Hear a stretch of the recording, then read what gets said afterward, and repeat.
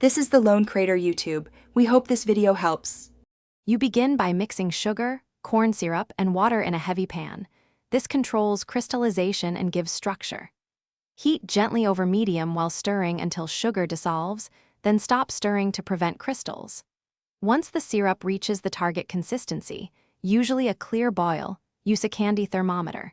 Make sure it hits the proper stage for cotton candy because temperature determines whether strands form or collapse. Transfer the hot syrup carefully to your DTI cotton candy reservoir and prepare to spin immediately. Once syrup is in the preheated DTI head, turn on the spinner to the manufacturer's RPM. This centrifugal force forces molten sugar through tiny holes to create fibers. You collect strands with a cone held at a 45-degree angle, moving steadily to build even layers. This technique keeps the floss airy rather than dense. Make sure to manage airflow and cooling. If fibers stick or sag, reduce flow or increase speed slightly.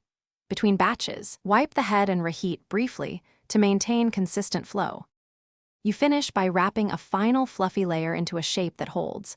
Compress very gently so the cloud keeps volume without collapsing. Then serve immediately because humidity will degrade texture. Store in airtight bags if needed.